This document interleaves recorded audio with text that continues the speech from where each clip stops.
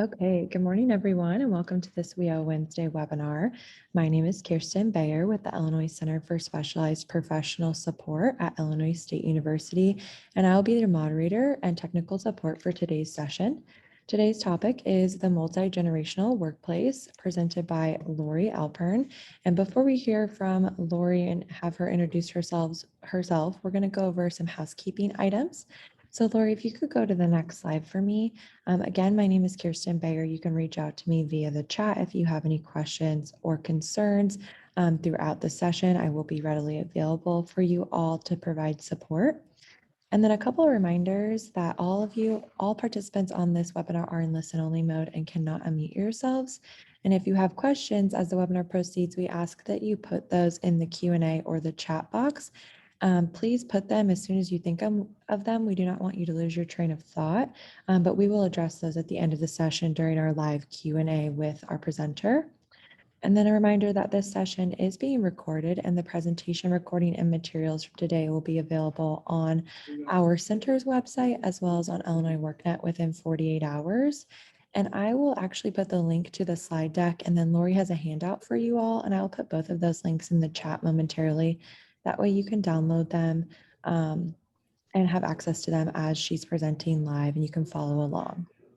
And then in an effort to be as accessible as possible, this session will be offering closed captioning, which you should see at the bottom of your screen right now, as well as the recorded session will encompass closed captioning as well. And then at the end of the webinar and tomorrow, each of you will receive a follow-up email, which will include a survey asking you about today's webinar. If you could please take 5 minutes out of your workday to provide us with feedback and suggestions you have about this session or to help improve upcoming webinars, we would greatly appreciate your time. And I will put that link to the survey in the chat at the end of the session if you would like to take it while this session's still fresh in your mind. And you'll also get that same survey link in your follow-up email tomorrow. And then just a reminder, if you have faulty internet connection or experiencing any audio or technology issues, and you would prefer to call into the session, you can do so by using the phone number in your original registration email that was sent to you via Zoom. And I will also put that phone number in the chat momentarily here. So Lori, if you want to go to the next slide, we're going to start off with our beginning WEO Wednesday webinar polls that we do every Wednesday. So I'm going to launch the first one now. The first one is just, where is your local area? So we'd like to just know where you're joining us from this morning. I am actually joining you from Decatur, Illinois. We are working from home a couple days a week now. I'm back in the office a couple days. So I am joining you from Central Illinois, but our office is actually located in Bloomington Normal area. So if you are familiar with that, that is where our office is located. We'll give everyone just a couple more seconds to answer this poll.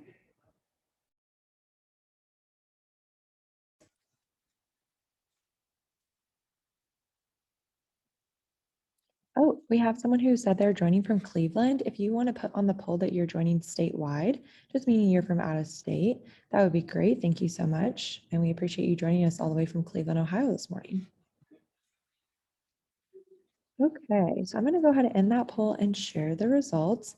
So we have most of you joining us from the Chicago and northern part of Illinois, and then some of you from central and sprinkled across southern, and that one person from Cleveland, Ohio. So thank you so much for answering that poll.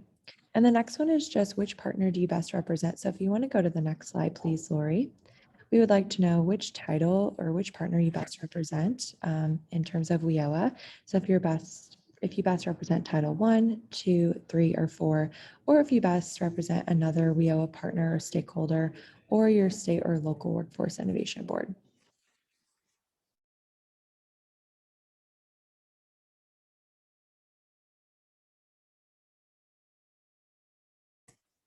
So while you all are answering that, I'm going to put the mobile phone number in the chat for those of you who might need to call in. You'll also see the webinar ID as well. And then I'll put the link to the slide deck in the handout Lori has in the chat as soon as she starts here. So we're going to go ahead and end this poll and share the results.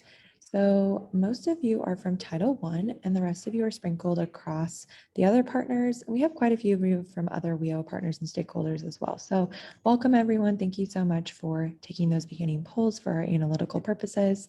And I am going to hand it off to Lori, and she can introduce herself as the presenter for today. Good morning. It's wonderful to be here with so many workforce colleagues and partners from around the state and Cleveland. I'm delighted that you are here. So I'm here to talk to you about this notion of a multi-generational workplace. And we're going to talk about the influences, the associations, trends, some key learning. What do we do with that learning? How do we move it into action? And a little bit about a concept that I've been working on called building a workplace of choice, a workplace where people actually want to be at and really thrive. So I'm coming to you not as a demographer talking about simply the generational issues, but I'm coming to you as a planner and as an organizational psychologist. And what I am going to present to you are facts, some ideas and themes around those facts about the generations, some issues related to bias and equity issues when we talk about generations. And then I'm really going to move into, okay, now that we know this information, what are the workplace and the workforce implications? And what can we as leaders, managers, teams do about that to really build workplaces that are exceptional, that put people first while accomplishing mission, revenue, strategy, impact. So let's just jump right in and talk about today's workforce. As you may have read, or as you may experience, as many as 5 generations are working in many of our workforces today. This is really different than in years past, where we may have seen 1 or 2 generations. This is a seismic shift, and we might have these 5 generations, which essentially means from the silent generation, people 76 and up, to Gen Z, people around starting at 24 and under.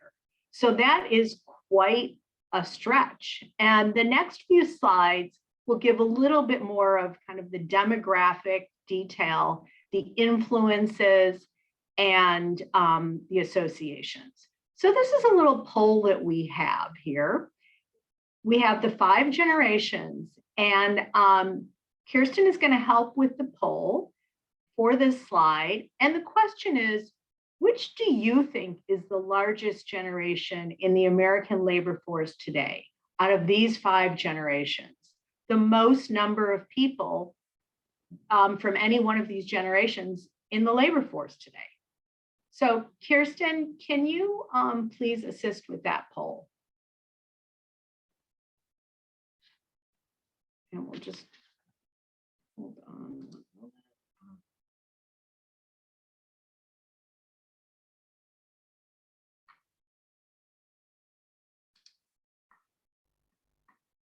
You may have seen that little thing ahead. So I'm not sure where the poll is, but okay. Let's reveal this. Millennials, people born between 1981 and 1996, represent at least 35%, and this was a couple of years ago. It could be as high as 50% of today's labor force. And that has implications for the composition of our labor force, as you well know.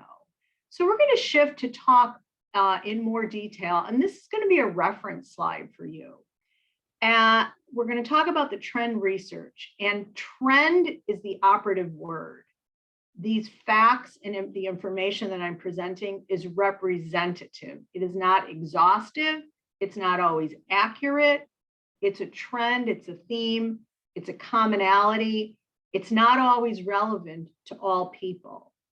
I use as my main source Pew Research Center, which has a tremendous amount of very well designed and executed research about generational issues in the workplace. And here we'll reference this slide, and please, read through it. We'll go over it in a little bit more detail in subsequent slides. But these are trends that I find helpful because they identify a range of influences on individual work styles. And that really is the most important part of our conversation. I want to caution against generalizations assigned to people based on age, and really focus on the notion of work styles. So again, this is not an exhaustive list in terms of the influences and associations, but it really is just some interesting facts moving forward. And let me just, the slides will be made available after the session. And I believe you can click on the links in the chat and already download the slides and a handout. So let's start with the silent generation. People ages 76 and older in the workplace were influenced by wars, the Great Depression, leading to various work ethics, issues of respect for authority, loyalty to employer, kind of dominant associations. Now, this does not mean that other people don't share these associations, but based on historical trends, these are common associations, not common to every human in this generation. And if someone doesn't have it, it is not a negative. These are, as I said, trends. And let's move on to baby boomers, ages 57 to 75. Movements. Movements have been tremendous influences to the baby boomer generation. Vietnam War and kind of the up and down economic prosperity and recession. The themes and associations, workaholism, and again, the ups and downs of the economy. And from this point, I am going to share some research that relates to these, what we call meta age categories. And the first one is about baby boomers and the number of retirements that have just catapulted over the last couple of years. Retirements for people ages 57 to 75 have doubled in 2020. And this is possibly COVID related, but the impact as this composition of the workforce shifts with these numbers, this doubling of retirements, we'll still need more data from 2021 to get the exact picture, but I'm presenting as you are addressing your workforce strategies and planning and beginning to kind of figure in these trends. Another trend in terms of this baby boom generation is, look at this. Which generations have most members in Congress? Look at the number of individuals from the baby boom generation, again, ages 57 to 75, and the dominance in both the House and the Senate. How you use this information is definitely yours to do. However, it is something that many of you that work in government or in WIOA and are subject to federal funding might want to consider. Now, note, in addition to these facts about the baby boom generation, one millennial over the past year in the Senate, and that's John Ossoff from Georgia. So that millennial is the age 25 to 40 cohort. So just presenting this kind of for your information. We're going to move on to Gen X, ages 41 to 56. And you can see the influences and associations here, the assassinations of JFK, MLK, moon landing, AIDS epidemic, the introduction of personal computing. And again, this data is from Pew. It is trend and representative. It is not exhaustive data. Independence, individualism, entrepreneurship, and so on. So we're going to talk about kind of some issues behind the data. And this is the next slide is going to present the first discussion of some potentially unknown or hidden bias as it relates to multi-generational workforce issues. So if you can bear with, this is a lot of data here, but it's very, very important point. And there are a couple slides from this study, which was done in 2021 by Generation. And I have most of the research links at the end of this presentation if you want to dig deeper. So this was a recent study of hiring managers, and it was seen and noted that hiring managers have a negative view of job seekers 45 and older, while they had a positive view rated very highly the job performance of people 45 and higher. So very appealing in terms of job performance, not appealing in terms of hiring. So there is a disconnect here, and here's the data. The hiring manager's perception of age groups, the strengths of different age groups. And you see here 45% is the lowest in terms of their perceptions, and around most experienced and best fit. But once people were in the jobs, and that's the next slide, very high perception of their ability to work. And employers rated highly the performance of people 45 and older as compared to their younger peers. But they strongly favored younger job candidates over people 45 and older. So significant implications for those of you in workforce development in terms of some of these sometimes hidden, sometimes not, biases around generational issues. The next slide is about millennials, ages 25 to 40, and again, the largest age cohort in the workplace right now. And that is very significant for a wide variety of reasons, including the fact, which we'll talk about shortly, that millennials, as the numbers increase in the workplace, are moving into managerial roles and bringing with that their influences, their associations. And there are shifts in the workplace culture, and we're going to talk about that.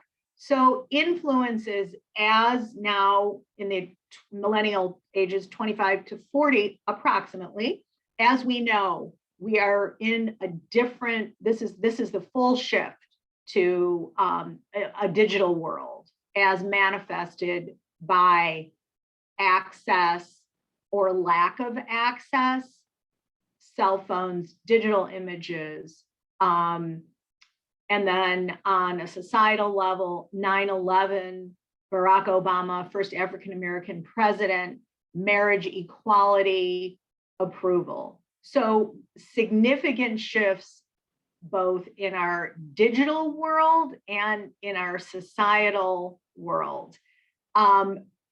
Also coupled with associations on the family side, a change in family dynamics and greater social civic engagement. and the implications of having access to all this technology around instant gratification. So we're going to kind of take this conversation about the millennial meta age cohort to the next level. And in terms of redefining leadership, as this is the largest age cohort, it is natural to recognize that this will also be the largest age cohort in terms of current and future leaders. And due to this generation's large number, millennials are changing how organizations hire, manage, and retain employees. And oftentimes these changes are manifesting in the workplace, and we're going to talk specifically about what they look like. There is a stronger focus on purpose, not just paychecks, but what is the higher purpose of this work, of this organization? Personal development over satisfaction. What is my career path as a person in this age cohort? Very strong emphasis. Opportunities, seeking opportunities for coaching peers, coaching employees, rather than this more traditional notion of just being a boss. Redefining conversations around performance and development from an annual review to ongoing performance, ongoing development. Redefining conversations around performance to shift from weaknesses to strength-based, and redefining work as opportunities to live life, not just have a job. So these are some ways that we are seeing how the influence of this age cohort on leadership. I'm just going to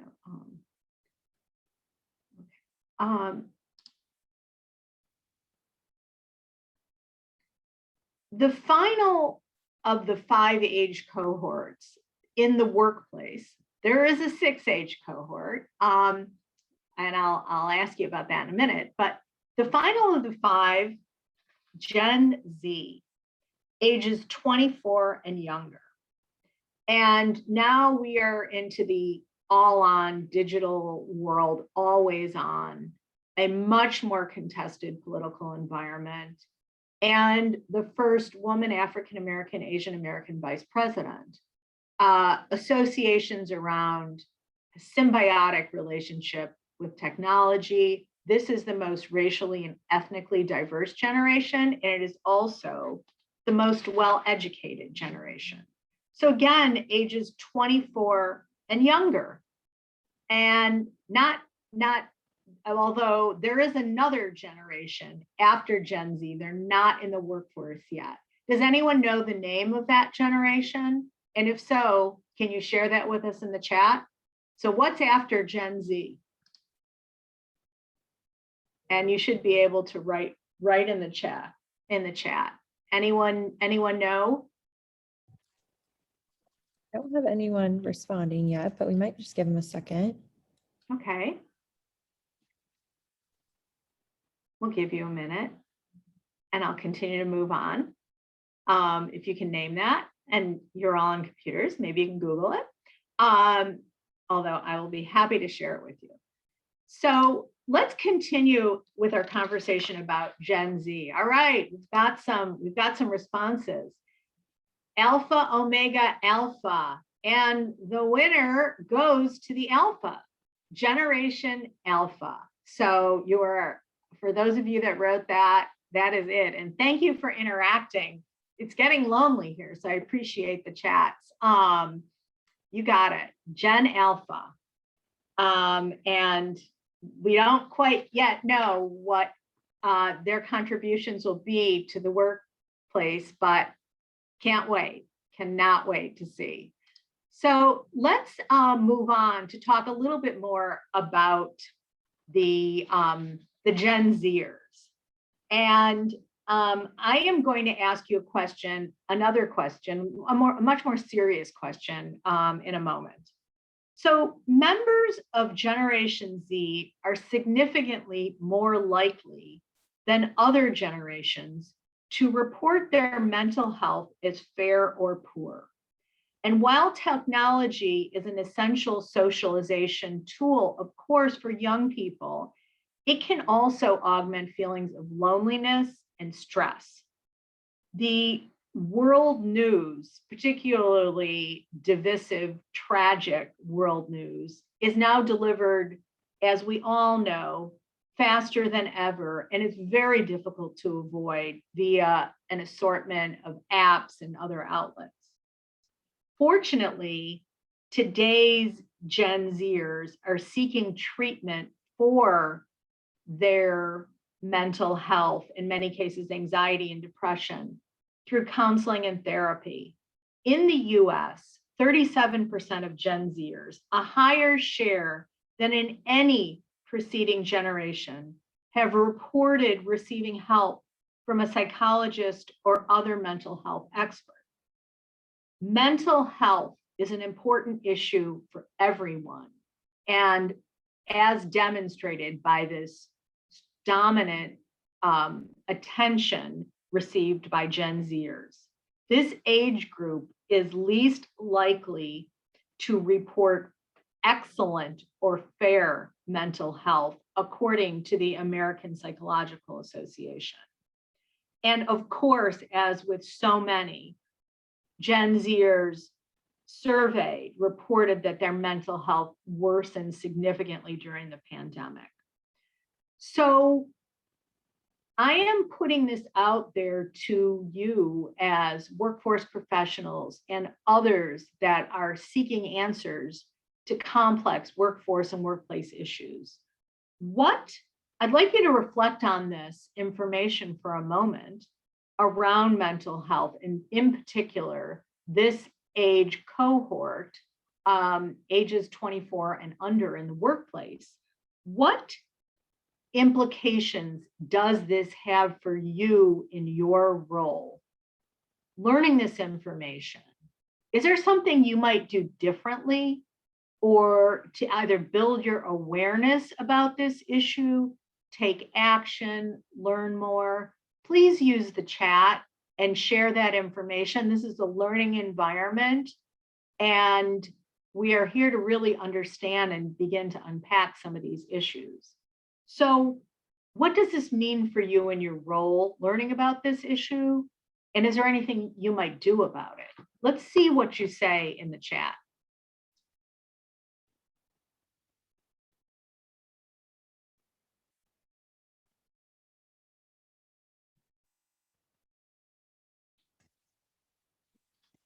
We have a couple answers here. Kindness is more important than ever. Is this related to the awareness of mental health? Stigma regarding treatment is much less than it used to be. It could be. It could be. These are important things to understand. Gen Z is born 1997 to 2012. So ages essentially 9 through 24. We don't have any 9-year-olds in the workforce, but it's that youngest group in the workforce.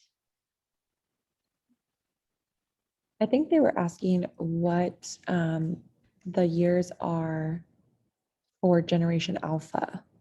What will that be? Alpha is, yes, 2013 and younger. Alpha is 2013 and younger. So I guess after Gen Z, the demographic experts have started us on Alpha. We're starting over again. So here comes some answers to your question in your discussion prompt, Lori. So someone said, kindness is more important than ever. Work preparation for new employees, career planning, replacement of baby boomers. Perhaps Gen Z students in adult ed classrooms might be more willing to ask for or accept help from teachers and other students since they are willing to get help for example, their mental health. Ava says we offer a morning mantra to our program associates to take a moment to breathe, reflect, and move intentionally throughout the day. Kathy says we see a small majority of this group opting out.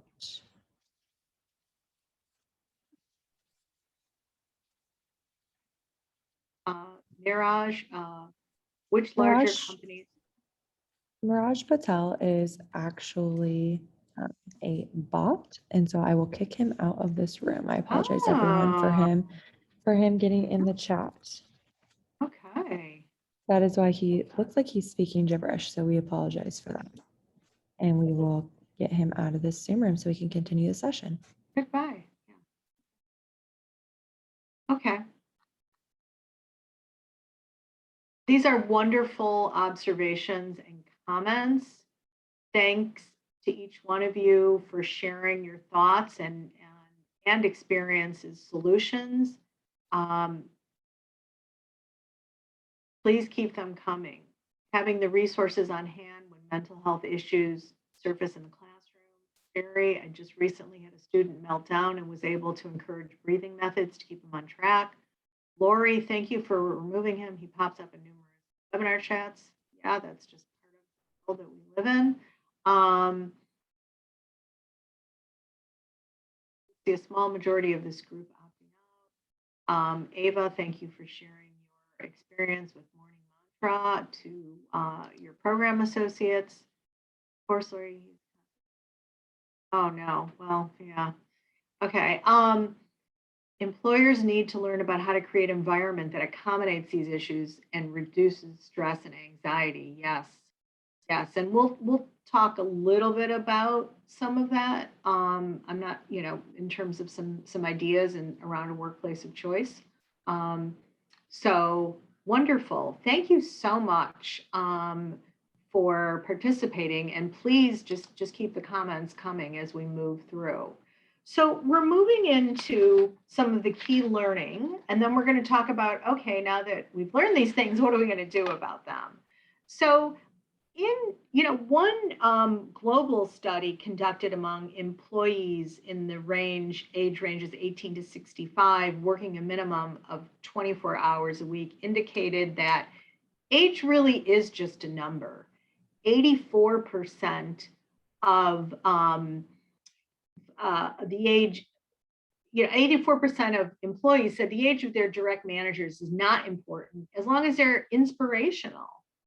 86% indicated that multi-generational teams really get things done and people prefer to work in them. They produce innovative ideas and solutions.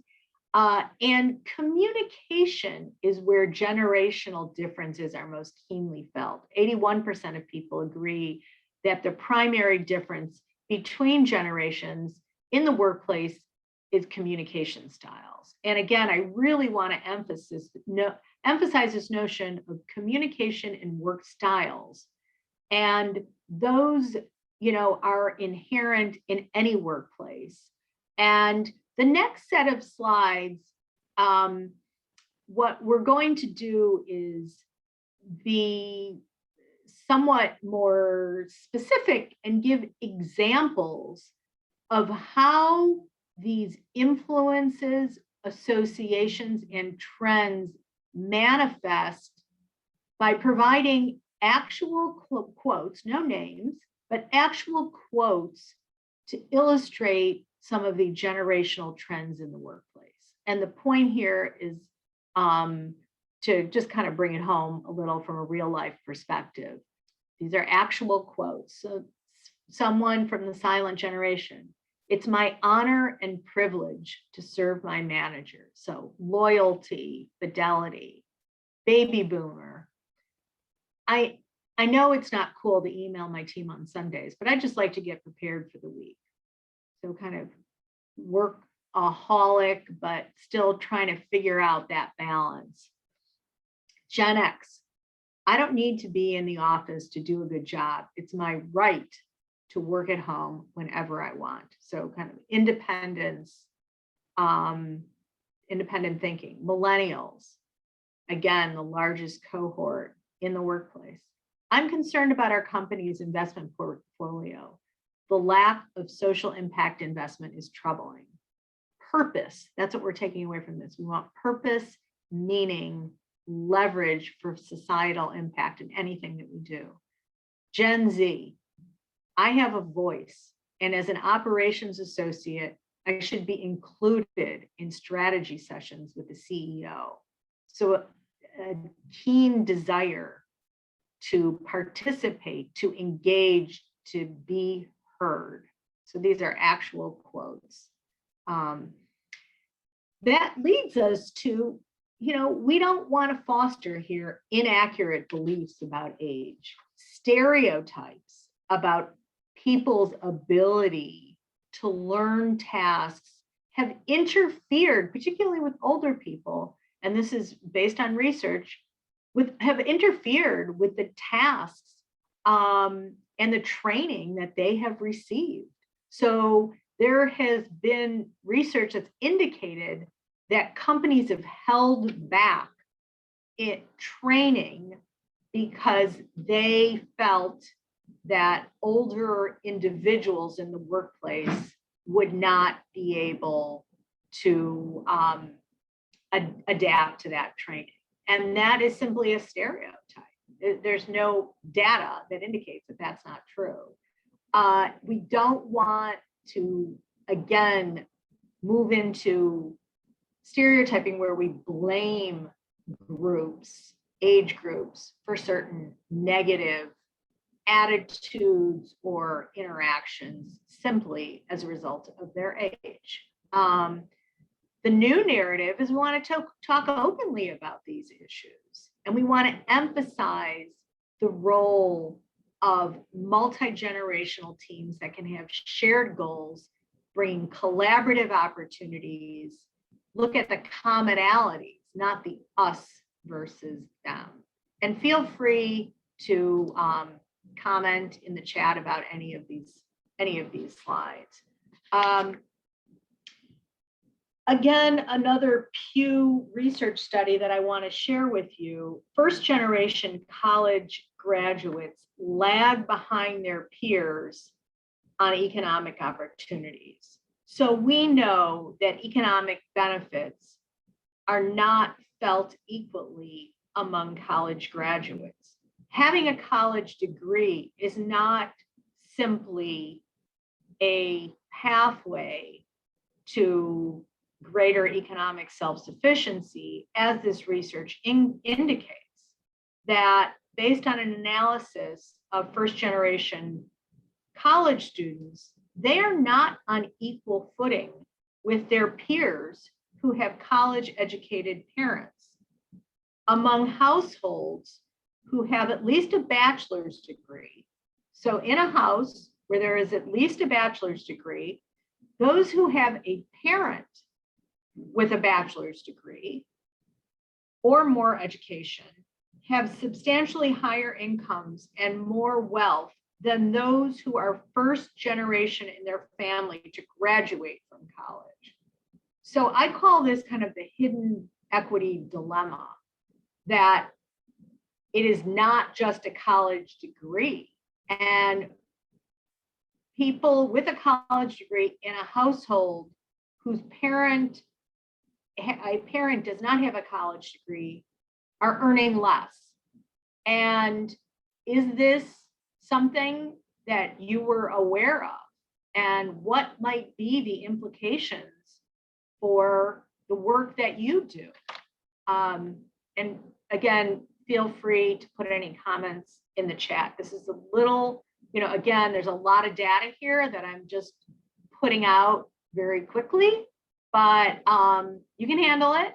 And this is an opportunity to engage and really talk about the most important issues around advancing fairness and equity. It's kind of uncovering the unknown and putting it out there and talking kind of honestly and openly about it. So feel free to comment on what this means to you. What are the implications for your work moving forward? So we're shifting now into, okay, now that we've heard all this, are there any things that we might want to do? We might want to take on things that we can do differently, ideas that we want to share with each other. So first, we're going to talk briefly about something that I know I hear from many of you, if not all of you, all of the time: fostering continuous learning, lifelong learning. We want to encourage people, employees of all ages, to foster continuous learning. We want to avoid using stereotypes for all generations and help everyone recognize unconscious stereotypes, preconceived typecasts that they may believe about colleagues from other generations. We know that challenges around communication can be really vexing, and we can address that. We want to focus on understanding different work styles and preferences, different motivations, finding digital comfort zones, whatever that might be within your own organization, fairness, and talking openly about conscious and unconscious bias.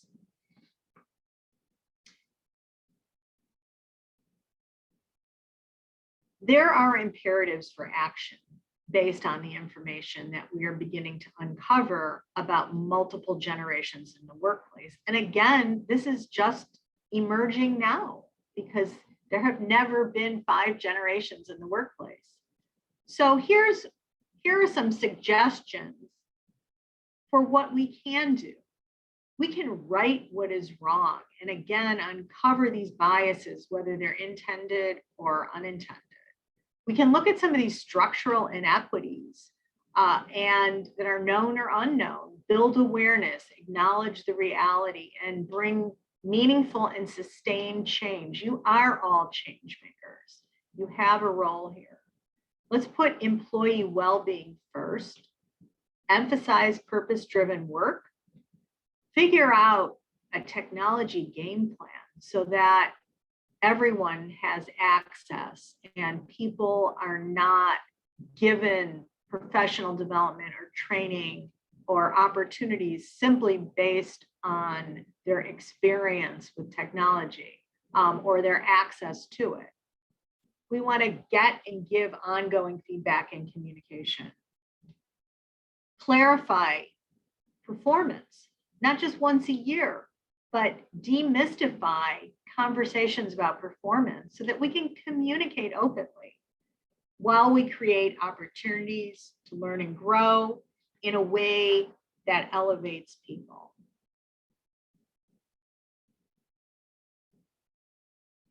I mentioned this topic of a workplace of choice. It's something that I have been working on for the past couple of years and trying to really sort this out. How do we create an imperative to build the workplace where people actually choose to be at? Imperative is about advancing inclusion and participation for everyone, fostering individual wellness and well-being, because at the end of the day, people who are well do well. With potentially 5 generations in a workplace, with ages 18 to 76, in 18 to 80 in one workplace, bringing a level of mindfulness to all of the differences and all of the opportunities that this presents is the imperative. So how do we go about that? How do we go about addressing this imperative? We have to lead, advance, and act. And this is a process. It's not going to happen tomorrow, next week, next month.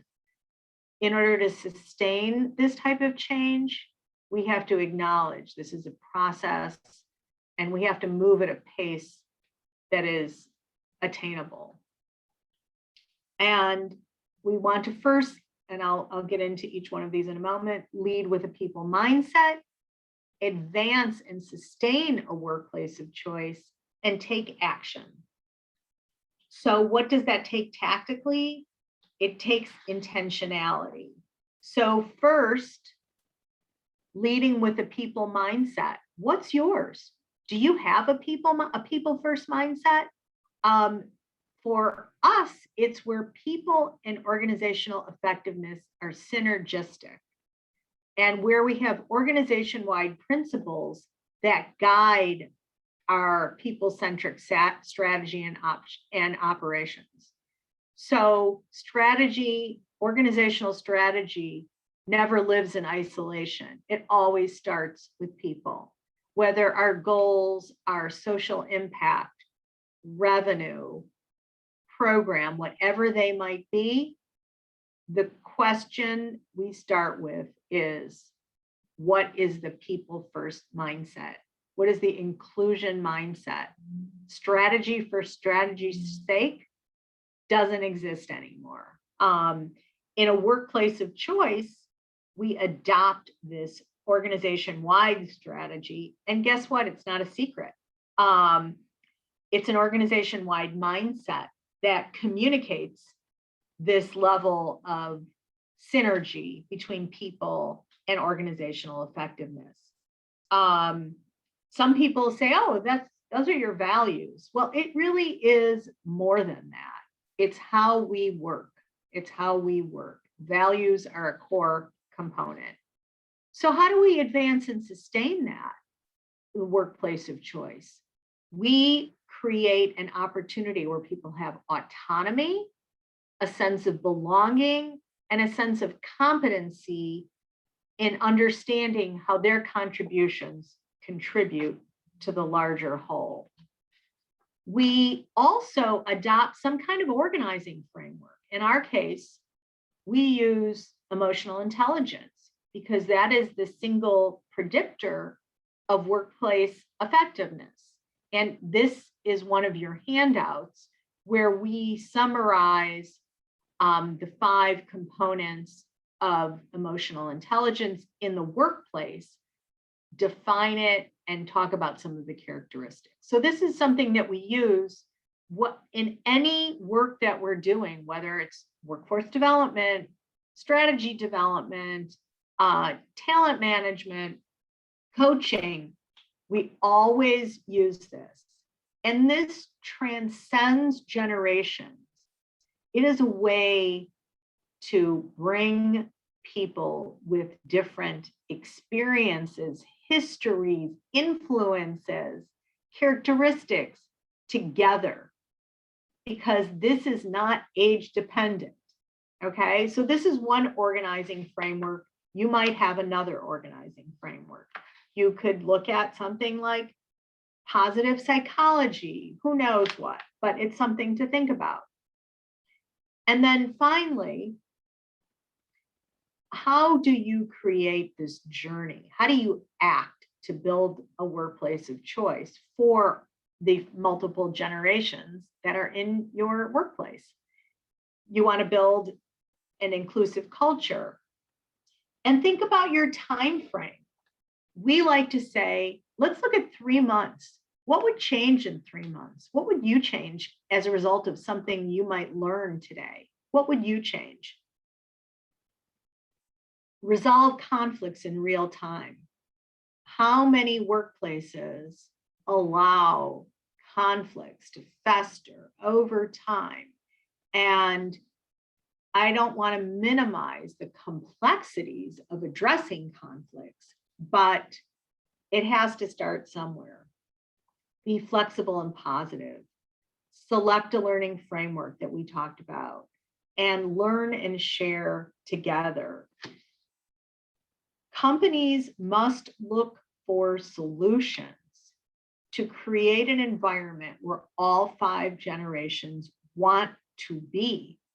And I can guarantee you, when that is created, not only will individuals thrive, but companies and organizations will thrive as well. So this takes us to the question portion of our conversation today. And I am going to ask Kirsten to jump in and help us with that. Absolutely. Thank you so much, Lori, for presenting today and your presentation and your insight. We had a comment from Kathy Cornelius, and I believe it's just a comment, not a question, but employers need to learn about how to create an environment that accommodates these issues and reduces stress and anxiety. It's a good comment there. Thank you. Yeah, thank you, Kathy.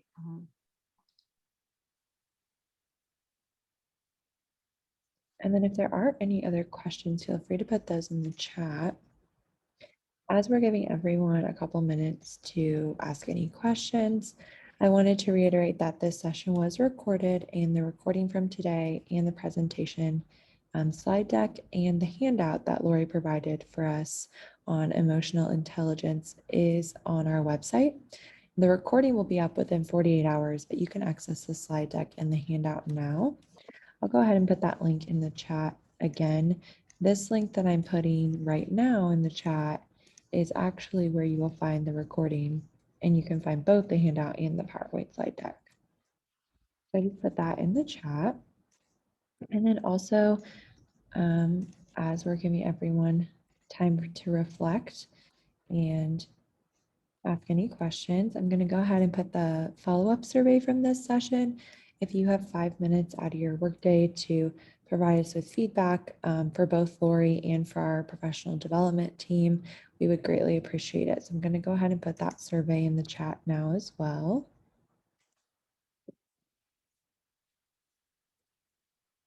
And any other questions? Lori, did you have any final thoughts? We don't have anything coming through.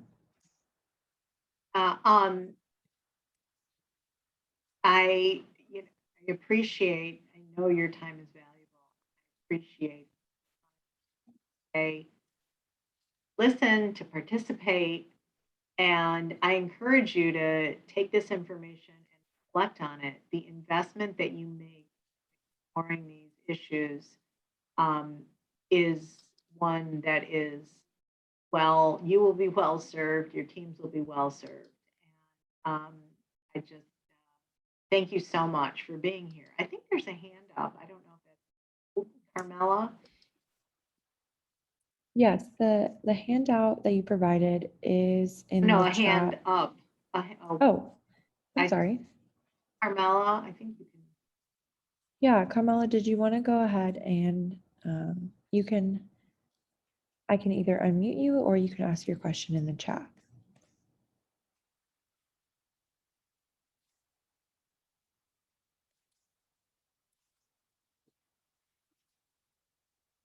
Okay.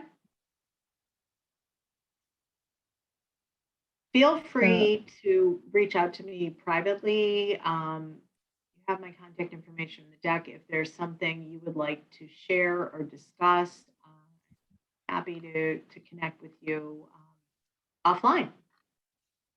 Great, thank you so much, Lori. We did have one more comment. Lori said that some employers feel workplace conflicts will correct themselves in time, and many times they do not, and it affects other employees negatively if the conflict goes on too long. Very, very true, Lori. I think employers struggle with conflict because it is very complicated. And it gets more complicated, however, if it goes unaddressed. So we encourage employers and teams to resolve their conflicts early so they do not get exacerbated, which I can guarantee you, and I think you all know that they will over time. So a very, very important point, particularly when we have multiple generations in the workplace, all coming, as you saw, with different influences and associations. It is inherent on employers to improve communication and functionality at all times and to invest in it. Thanks everybody for your kind words.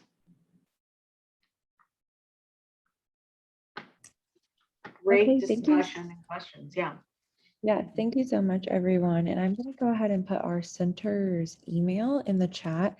If you do have a follow-up question for anyone at our center or for Lori, you can email us at our support email, which is just icsps@ilstu.edu, because we are housed at Illinois State University.